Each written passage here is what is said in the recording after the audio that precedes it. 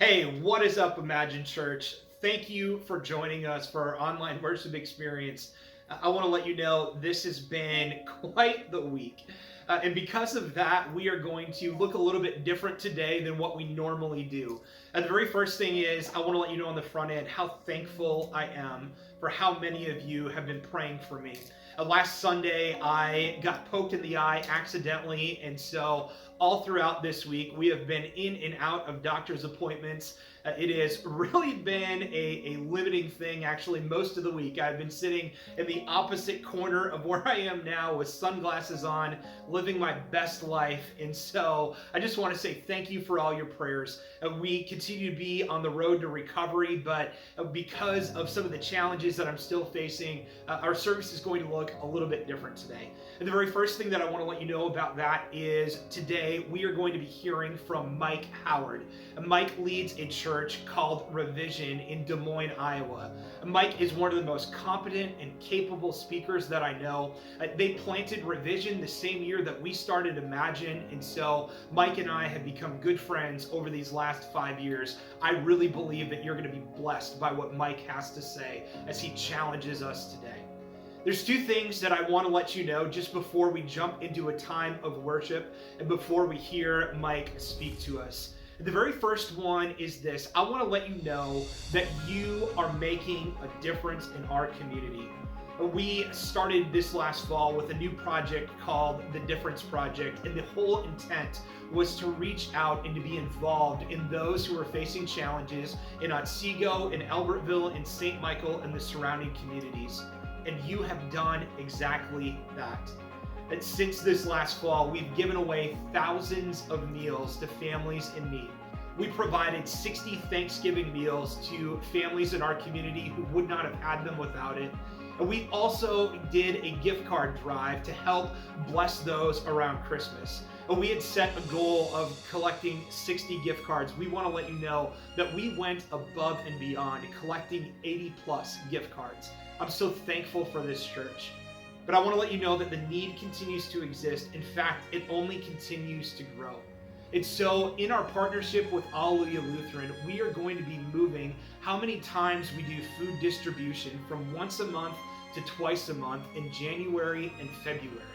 Actually, the way that it's going to look is that every single Saturday in January and February, there's going to be food distribution that we want to help do and serve the people that are here. And so I want to ask you to be involved. And there's going to be links that are going to be sent out over the next few weeks, and I want to encourage you to take some time on a Saturday and volunteer your time with your family or with yourself. I believe that we look most like Jesus when we choose to serve. I also want to let you know that we made a very difficult decision back at the end of November to pause our in-person gatherings. Here's what I know. No one wants to be back in person more than me. I've been chomping at the bit, literally, since we have gone on pause. But I also know that we want to do so when we feel like it is safest and at a point where it would be best for us as a church. And so we are hopeful and expectant that we are going to be gathering again in January in person, but we wanted to let you know that for at least the very next 2 Sundays, January 3rd and January 10th, we will continue to exist online. I know that some of you are going to be disappointed by that news, but I want to say thank you for continuing to be faithful and supporting our church. I promise that we will be back together soon. And like I said a moment ago, you better believe that no one wants to be back more than I do. I can't wait to see all of you and to be able to regather in person again. Well, today, as we jump into our time and as we enter into a moment of worship, I want to invite you, no matter what kind of day you are having, to pause and be reminded that I believe that God is with every single one of us, regardless of where we are at. And so thank you for being with me on what is really a different kind of a Sunday. I know that you are going to be blessed. Thank you for all the prayers. May we have hearts that are open, and when God speaks, may we have the courage to listen and the humility to follow. May God do immeasurably more through our service today.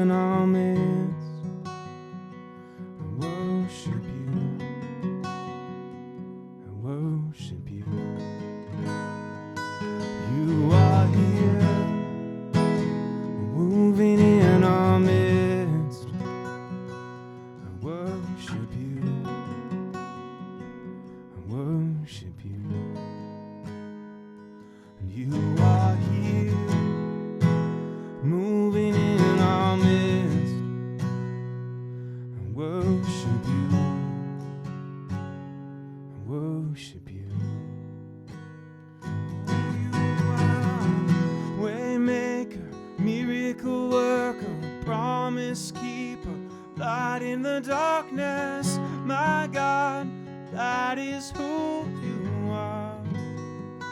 You are waymaker, miracle worker, promise keeper, light in the darkness, my God, that is who you are.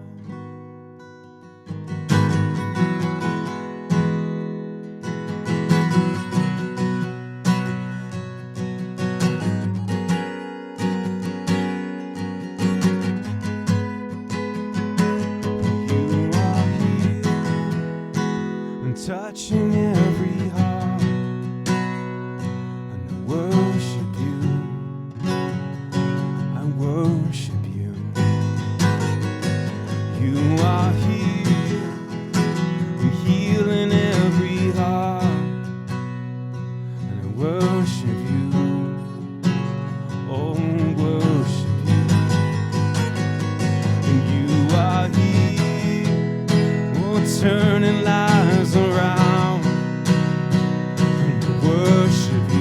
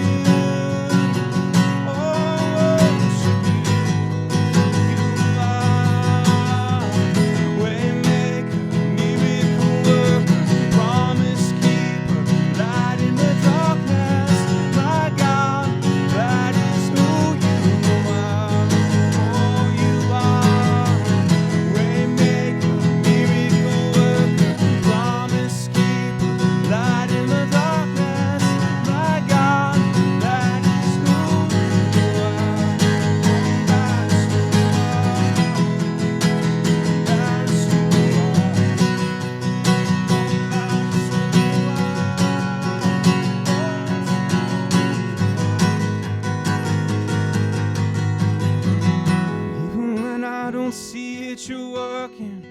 Even when I don't feel it, you're working.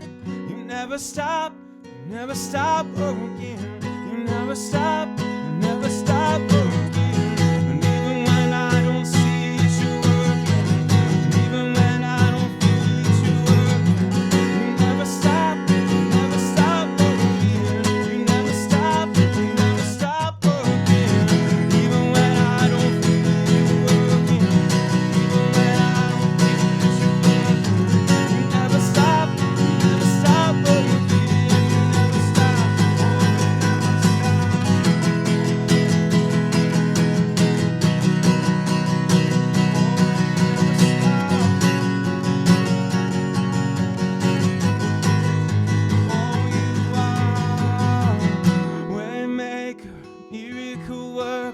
Promise keeper, light in the darkness, my God, that is who you are. You are waymaker, miracle worker, promise keeper, light in the darkness, my God, that is who you are. Waymaker, miracle worker, promise keeper, light in the darkness, my God, that is who you are. Waymaker, miracle worker, promise keeper, light in the darkness, my God, that is who you are. Oh, that is who you are. That is who you are. Oh, that is who you are. That is who you are. Oh, that is who you are. That is who you are. That is who you are. That is who you are. Oh, it's who you are. It's who you are.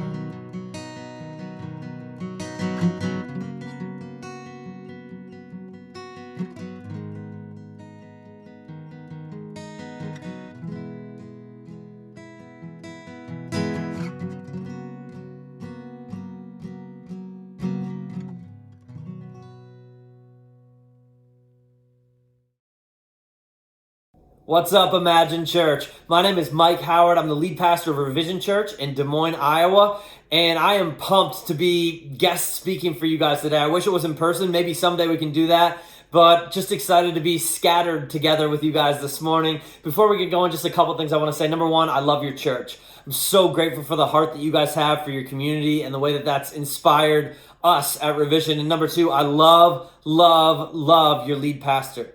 Just have been incredibly encouraged by Josh over the last 5 years as we've kind of traveled this church planting journey together. I count it a privilege to call him a friend. You guys are blessed to have him. Just so grateful for who Josh is and for your church, and excited for the chance to share a little bit today. This is a message that I did for Revision not that long ago, and my hope and prayer is that it'll be inspiring to you guys in this difficult, frustrating season, and to be just a reminder once again that we serve a God who does immeasurably more than we can ask or imagine.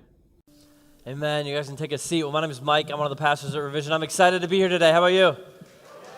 All right. Have any of you guys ever taken a wrong turn and ended up somewhere you did not want to be at all? It happens. And if you're not careful, you could accidentally drive 1/6 of the country in the wrong direction. Yeah. You could also take a road that isn't even a road. One time when my sister first got her license, she drove across town to watch some kid she had a crush on play baseball at a different high school, and she got into the parking lot and then realized there was like a road that went down closer to the baseball field, and so she took it, and it wasn't until she popped up over a hill and bam, there were the bleachers and the fields, and everyone turned and looked at her, and there were people walking in the road, that she realized she had just taken a sidewalk about a quarter of a mile. And she didn't think she could reverse all the way back out of there, and so her friend told her, you got to do a 3-point turn. And after a couple unsuccessful attempts, she realized she didn't know how to do a 3-point turn, because apparently she was sleeping the day they taught driving in driver's ed. So she had to get out of the car, switch places with her friend. Her friend did the 3-point turn, and then they drove the sidewalk back up to the parking lot where all the other cars were. Sometimes a wrong turn can be pretty embarrassing. And sometimes it can be even worse. It can be painful because wrong turns derail our hopes and dreams and leave us in a place we never wanted to be. We're sitting here this morning at the beginning of a brand new decade. And we've kicked it off with this series, How to Start a Decade, where we've been talking about the journey all of us are on from who we are to the fullness of who God created us to be. Trying to help us connect the dots between the dreams He placed inside of our souls and the path it's going to take to get there. And I've been challenging all of us to begin taking some steps down that path. And there's no time like today to start doing that, because even if it's intimidating and you feel like you have a long way to go, the old Chinese proverb is true. A journey of 1,000 miles begins with a single step. Step by step is how we get everywhere we go in life. But that reality is kind of a double-edged sword.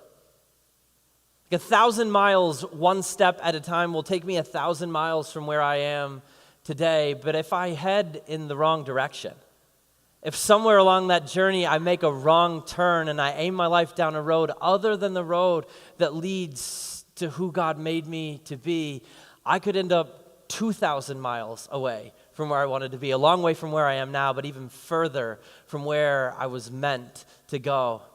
And so it's important that we're intentional about the direction we choose in life. It's important to take stock of where we're going, and that's what I want to talk about this morning. Over the course of this series, we've been kind of taking a look at these questions that I wish I would have learned to ask myself sooner. I call them my dashboard questions because they're gauges and warning lights in my life that help me understand who I am and who I'm becoming. And they're not all the questions you could ever ask yourself, and they're certainly not a roadmap to perfection. That's not what they're doing in my life, but hopefully they're a helpful way of learning and seeing and taking stock of whether I am becoming the person God created me to be. And we kicked off the series talking about this question, what's my posture? Am I approaching tasks and people with a posture of pride or humility? And then we talked about the question, who are my people? Like relationships and vulnerability are tough, but it's even tougher to do life and faith on our own, so we need to find people to journey alongside. And then last week, Jody was up here and she talked about the question, how am I chasing my purpose? And it was awesome. If you weren't here last week or you missed it, you got to check that out online. It was great. And this morning, I want to close the series by taking a look at this last question, which is, where do my patterns lead? Where do my patterns, my habits, my routines, the disciplines and systems of my life lead? And it's a profound yet important question that's sometimes easier to answer than it seems. And for me, it's kind of a question that starts at the end and then works its way backwards. Take a look at who it is that I want to become and then figure out whether that's what I'm becoming. Like right here at the beginning of a decade, if God gave you a pen and a blank sheet of paper and said, write your own story, the question is like, what would I write? Who would I be in 2030? And it'd probably be someone different than I am now, someone more like the fullness of who God made me to be.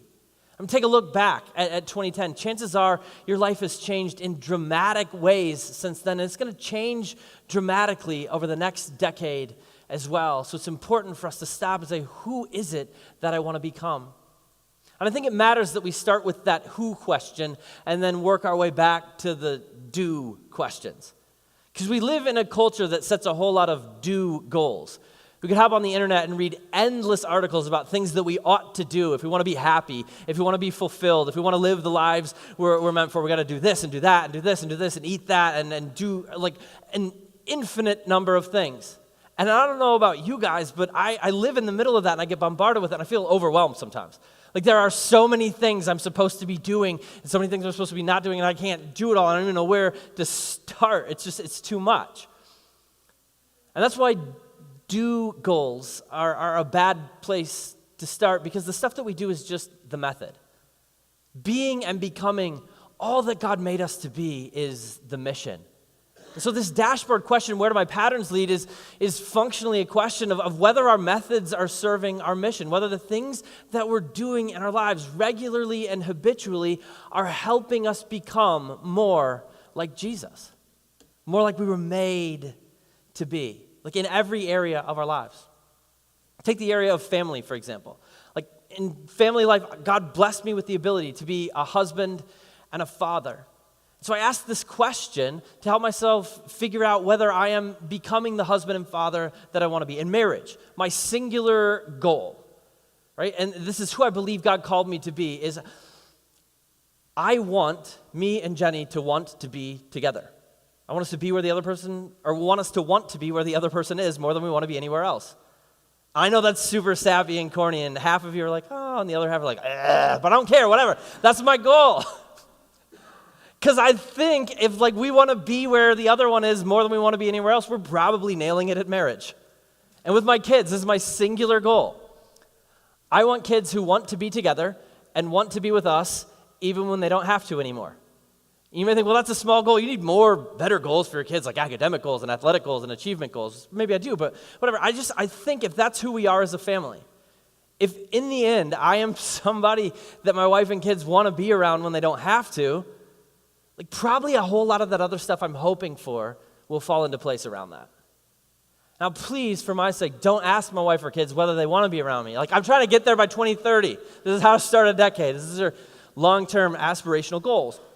But seriously, I believe that's who God created me to be, and so sometimes I got to sit back and say, are the patterns of my life leading me to that place? The amount of time I spend at work, the amount of time I spend looking at a screen while I'm at home, the amount of time I watch football on TV while I'm sitting at home, the way I'm investing in my kids' development spiritually and academically and emotionally and relationally, the type of faith I'm modeling for them, the things that I'm doing regularly to serve my wife and show her love, are those things leading me in the direction of being a guy that my wife and kids want to be around, or are they not? And asking that question kind of gives me a roadmap of the stuff I probably need to keep doing, the stuff I definitely need to stop doing, and the stuff I maybe need to start doing in order to move from where I am toward the person God created me to be. And I think that's valuable for all of us sometimes, to just press pause in the middle of the busyness and craziness of our lives and ask where our patterns are leading. Because in life, the truth is sometimes there's a disconnect between the dreams that we're chasing and the direction that we're choosing. We have this idea of who we want to be, but sometimes the stuff we're doing isn't helping us get there. And sometimes it's even counterproductive. It's leading us even further away than we were before from who we want to be. And we all do it. We say, oh, I want to be married to a guy who's awesome and funny and fun and loves Jesus because I want him to love me well and love our kids well. But for now, I'm just going to date whoever asks me out, as long as he's cute. We say, like, I want to be healthy. I want to be someone who, like, enjoys retirement and enjoys my grandkids. But for now, I'm just going to eat whatever I want, drink a little bit too much, exercise for other people. You know, that's not for me. We say, I want to be out of debt. But I also don't want to drive a junky car, and then you get made fun of. Like, for now, it's just going to be a lifestyle. I want to be generous. I know that, like, generosity is something I want to be identified by, and God calls me to give, and he says when I bring my best to him, it reflects who he is and all that I'm made to be, and I owe him my first fruits, and I want to be that, but for now, I got like student loans and a mortgage, that's, for now, this is just how it's got to be. So like, I want to be a husband and a dad whose family knows how important they are to me, but for now, I just got to plug in all those extra hours at work. I got to, take every trip that they offer me because I got to keep making it up this ladder so I can make more money. So I want to be a wife whose husband knows how important he is to me, but like for now, I just can't make him a priority. I need him to just be my assistant parent for now. For now, I want to be someone who's connected with God, but for now, I just can't fit it in between work and extracurriculars and binging Netflix. Like, I want to be, but for now. I want to be, but for now. And it's really awkward in here right now because every single one of you feels like I just threw you under the bus. But good news, you're not alone under that bus. There's a whole pile of us. We're all under there. It's where we live. Like this, I want to be, but for now, is the story of my life. I promise you. I used to, at one point in my life, have a whole collection of workout DVD programs that had never been viewed beyond the first 20 minutes of the first DVD. Like I would just see these things on TV. I'd see like Insanity and be like, oh yeah, I got to do that. And then I put it in, and a few minutes in, you're like, Insanity, this was named correctly. I made a huge mistake. I can't do this anymore. This is not what I want to do. And it's just so easy for us to slip into patterns that take us away from the life we really want and don't help us become all that God is calling us to be. And that's why I had to start asking myself this dashboard question. I had a sneaking suspicion that there was an unintentional disconnect in my life between the dreams I was chasing and the direction I was choosing. And for me, the biggest idea, the big purpose, and the main goal of asking and answering this question has always been connected to something Jesus said about who he is and who we're made to be in the book of John, chapter 15. So if you have a Bible or a Bible with you this morning, you can open it up to John, chapter 15. It's right between Luke and Acts. I don't know why, because Luke and Acts is like one big letter, so we shove John in the middle, but whatever. And John 15 is Jesus at the Last Supper, talking to his disciples. He's about to be arrested, about to be killed. The end is coming near, and he makes this statement to them about who he is. And he actually does that a lot in John. Over 20 times he uses this Greek phrase, ego eimi. And ego eimi means I am, which, by the way, is the phrase that God used when Moses asked him his name in Exodus 3 from the burning bush. God said, I am. And so every time in John, you read Jesus saying those words, ego eimi, I am. What he's doing is not very subtly telling us that he's God. Stepped out of eternity into history, and at the Last Supper, he looks at his disciples and says, I am the true vine, and my Father is the gardener. He cuts off every branch in me that bears no fruit, while every branch that does bear fruit, he prunes so that it will be even more fruitful. And this is a word picture that made a lot of sense to all his disciples. They'd grown up in Israel surrounded by vineyards, and they knew how it worked. There's a vine, and there are branches that grow from that vine, and the vine is the source of life, and the vine is the source of nutrients, and some of those branches get the nutrients, and they produce grapes, and some of them produced nothing. And what the gardener does is prunes the healthy branches that are making fruit and cuts off the dead branches because they're doing nobody any good. And so that's what Jesus says. And then he continues in verse 4. He says, remain in me as I also remain in you. No branch can bear fruit by itself. It must remain in the vine. Neither can you bear fruit unless you remain in me. I love this verse. The word that we translate remain here is this Greek word meno. And meno means remain or abide or reside. But it's a little bit deeper than that. It has this connotation of putting down roots in a fertile place.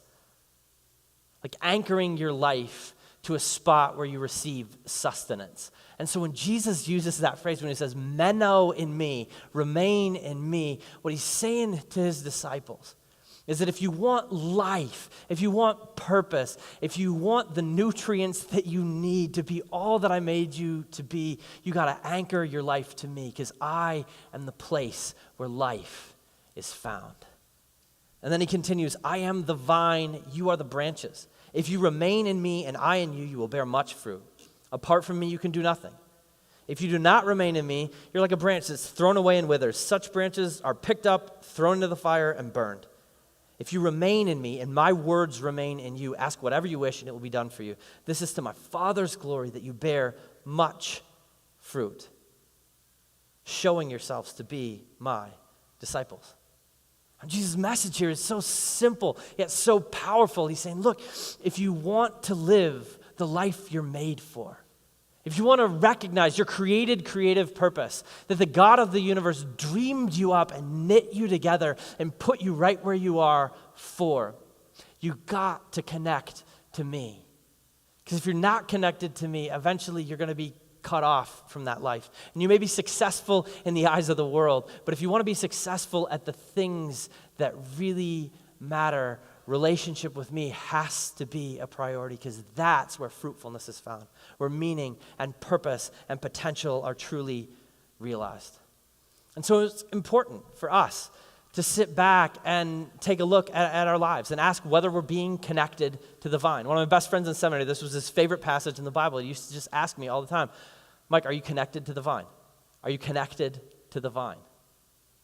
And it's a valuable question for you. Are you connected to the vine? And if you're not, what's it going to take to get connected? Because I think the truth of life, at least I've found this to be true, is that we're always moving one way or the other. We're never just like stagnated in faith for a really long time. We're either growing closer to God or falling away from Him. Whether we like it or not, whether we know it or not, we're always on the move, for better or for worse. The great Greek philosopher Heraclitus put it this way: no man ever steps in the same river twice, for it is not the same river, and he is not the same man. Or if ancient Greek philosophers really aren't your cup of tea, the great American comedian Mitch Hedberg said it like this: I hate when people ask me, do you want to see a picture of me when I was younger? Every picture is a picture of you when you were younger. Same big idea. Like change is inevitable. It just happens to us as human beings. So if we want to do what matters, if we want to change in the direction of fullness and hope and life, then we got to do a couple things. Number one, we got to stop doing the things that cut us off from Jesus. And number two, we got to start doing things habitually, regularly that connect us to Jesus. I mean, it's no secret that every single one of us in this room has some stuff we got to quit doing. We don't like it. We don't like to talk about it. But we all know that it's true. And I know probably better than anyone how easy it is to pretend like that stuff just isn't a huge deal. Like there's little stuff in our lives that we know we should quit, but it's not like really making a difference. It's just small. And it's shocking how easily we convince ourselves that little things don't make a difference. Like in every area of our lives. We decide we're going to go jog and we hop on the treadmill 3 times on a week and then we weigh ourselves and we gain 2 pounds. We're like, I quit. You know, we decide we're going to buy less coffee and at the end of the month we save $20. I quit. We read our Bible 5 times in a week and then on the drive to church we lose it and scream at our children the whole way. I've never done that. It's because for most of the time I've had children, I've been a pastor, and I've long gone before Jenny has to take them to church all on her own. That's the only reason. But we do that, and we're like, this isn't working, I quit. Or the flip side, we get home, and there's laundry on the bed, and we know we can fold it, but we don't feel like it, so we just play video games for 3 hours, and then our wife comes home, and the laundry's still there, and she doesn't pack up and leave us, and we're like, all right. Or we miss church for a Sunday, and we don't feel completely spiritually empty. All right. We eat half a box of Krispy Kremes because they're delicious, and we would have ate the whole box, but someone else stole 6 of the donuts, and it was like, and then the next morning we don't look any different in the mirror, like, no big deal. It's just so easy to convince ourselves that all this little stuff doesn't make a big difference. They're not like habits that are really hurting us or hurting anybody else, right? But I sit back and I realize nobody looks ahead of their life and plans to get addicted to drugs or alcohol or pornography. Nobody plans to become selfish and alienate their friends, to be a workaholic whose kids can't stand them, to blow up their marriage, to have a heart attack, to go bankrupt, to feel depressed like they wasted their life. But tons of people do that stuff. All around us, our friends and our family members and ourselves, we see it happen all the time, and it rarely happens in one fell swoop. It's really hard to wreck your life overnight. And it's almost impossible to seize the life you want in an instant. It just happens one step at a time, and our lives end up becoming the sum total of the small choices that we've made along the way. And so many of those choices are built as part of habits, patterns, and routines. And I want us to all understand this phenomenon this morning. The patterns you let in will become the patterns you're set in. The patterns you let in become the patterns you're set in. When we let them into our lives, eventually they just become habits, whether we intended for them to or not, and they determine who we are and where we go and what we become. We talked about that a little bit this summer in this series called Time Travel. It's this principle I call the rule of the road, that you will eventually end up wherever the road you're on leads to. And we can wrap our minds around that, right? No matter what you feel like or how bad you want it, you will never, ever get to Chicago on Interstate 35. It just doesn't go there. It's not how it works. And spiritually, it's the same idea. There are paths that just don't lead to the fullness of who God made us to be. They don't lead to connection with Jesus. But Jesus made it pretty clear to his disciples at the Last Supper that if we want to bear fruit, if we want to live lives of meaning and purpose and the impact we were made for, they're found in relationship with him, but not all roads connect to the vine. And so no matter how inconsequential we want to believe our habits are, and I totally do. I tell myself this all the time, and probably you do too. I say, I'm going down this road, and I know this is just a detour. I'm not taking a whole different road. It's just this thing that I shouldn't do, but it's just a little detour, and then I'll be right back on. And I think when we keep trying to sell ourselves on that idea that it's just a detour, what we'll eventually find is that our journey of 1,000 miles started with a single step. And we're a long way from where we wanted to be, and the fruit of our lives is no good. And so it's important to be real honest with ourselves about the stuff we got to stop doing because it isn't helping us become who we want to be and who God says we were made to be. And it's important, too, to take a look at the things we're doing that are connecting us to Jesus, to keep doing and start doing things that plug us in, that put down roots, that menno, that remain in the source of life and hope and meaning and purpose. And we got to turn those things into things that we're doing regularly, into disciplines in our lives. Because if we don't, we're going to drift toward disconnection. It's almost impossible. It rarely happens that we accidentally drift toward Jesus, which creates a problem for a lot of us because most Americans make better plans for their next vacation than they make for their personal growth or their spiritual growth. But if we want to live lives of fruitfulness and meaning, then we got to embrace disciplines that draw us closer to the source.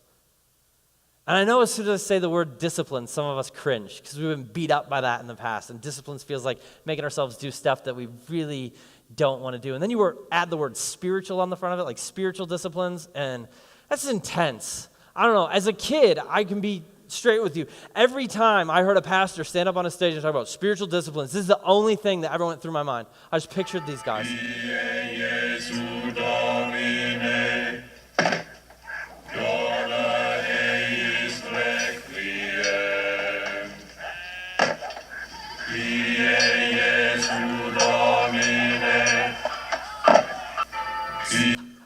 It's like, I just thought, oh, great, that guy wants me to go to a monastery and hit myself while chanting in Latin. Looks like a barrel of fun. I was not sure if it's for me.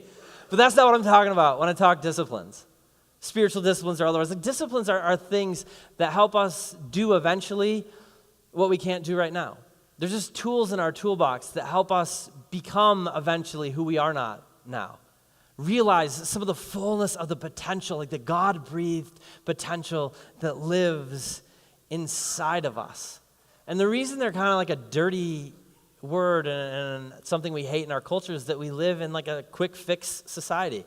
We want what we want, and we want it immediately, which is why we're more prone than any culture in the history of the world to buy into the idea that like the right ticket or the right pill or the right strategy will like jumpstart us and be our fast track to success. But there's a problem with it. It's like if I'm here and I want to get there, I can't get to there from here without going through here. And for most of us in most areas of our lives, discipline is the way we get through here. And Jesus tells us, like, what's on the other side of that. What's on the other side of that pathway through here in John 15, right after he says, I'm the vine, you're the branches, remain, put your roots in me, you're going to bear fruit. In verse 11, he tells us this, I've told you this so that my joy may be in you and that your joy may be complete. He says, look, you guys, I want to give you a bigger, better vision, a revision of who I am and who I made you to be so that you can live with joy, so you can be fully alive. This is what it's about, and this is what happens when you plug your life into me. And so the question for us this morning is, how do we do it? Like, what are some of the disciplines and the patterns and the habits we can build into our lives that help us connect to the vine? We could do a whole series. We could spend months talking about spiritual disciplines. And someday we will. I love them. But I think what I want to communicate this morning is that as intimidating and scary as that phrase may sound, actually doing it is way less complicated than we make it out to be sometimes. It's way less complicated than the books at the bookstore make it out to be sometimes. There are a whole lot of simple ways that we can connect our hearts and our lives to the God who made us for himself. Prayer is one. Just like you talk to your friends, your family, your spouse, your kids, your boyfriend or girlfriend because you want to build a relationship, the God of the universe invites us to just talk to him. Reading the Bible is another one. We have this gift, we have the ability, we have access to God's self-revelation, this book that he gave us that tells us who he is. And in the 21st century, we have it in our pockets. Download the YouVersion if you don't got it. And we have access to devotional books that help us like get a reading plan and explain what it is. It's a great way to connect to God. Worship. We're built to worship a God who's worthy, and when we make it a discipline, a priority, we connect with him and he changes us. Fellowship. We talked about this a few weeks ago. Sometimes it's hard and intimidating to connect with people because it's vulnerable and we don't like being vulnerable, and some of us have been burned in the past, but life and faith are too hard to do on our own, and so sometimes we just need to do it as a discipline. Okay, I'm not sure I want to do this, but I'm going to make it a point to do life and faith alongside other people because it's going to get me further than I could go on my own. Invitation, we grow closer to God as we tell people about him and invite him in. Generosity, God does a crazy thing in our hearts when we come to him with open hands. Service, our faith grows huge in ways we never could have anticipated when we use like the unique gift set and the unique wiring he's given us to be a blessing to other people. There are all kinds of ways that we can connect with God. And my advice this morning, for all of us who are sitting here thinking, man, I got to build in some patterns that connect me more to Jesus because my patterns aren't leading where I want them to lead.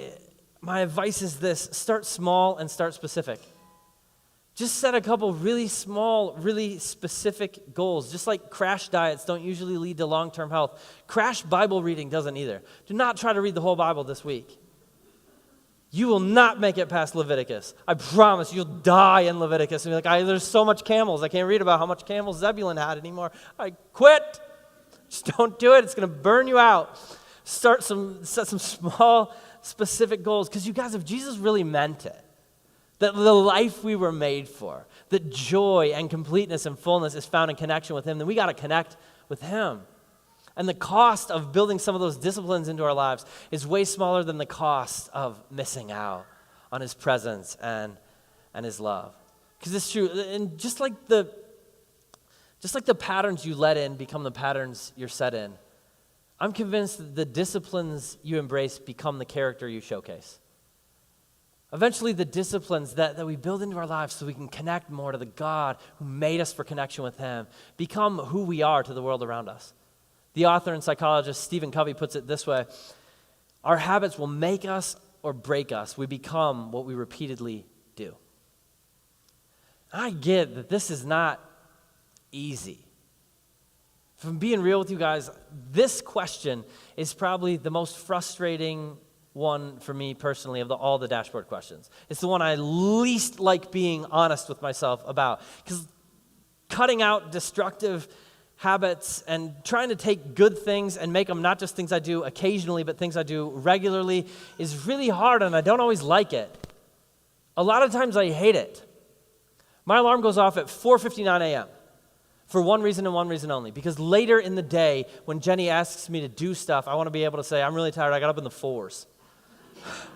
She loves that, by the way, me getting up at 5 and using a technicality to complain. I sort of try to spoil her with it daily. But here's the deal. I cannot remember the last time my alarm went off and I wanted to get out of bed. I don't ever. It's not even a thing that I could recall. I hate it. But my alarm is this song that's not even a good song, and it's not pleasant to wake up to, but it's a song called I Want to Get Better, because every day when I wake up and I hate that I'm awake and I don't want to get out of bed, I got to remind myself that unless I take some steps toward health, spiritually first and foremost, and relationally, emotionally, physically, professionally, I'm going to miss out on the fullness of what God made me to be. And so I get up and I try to get better. And what I did not want to do when my alarm went off, I'm usually glad I did later. Not always, but usually. I think all of us know that feeling.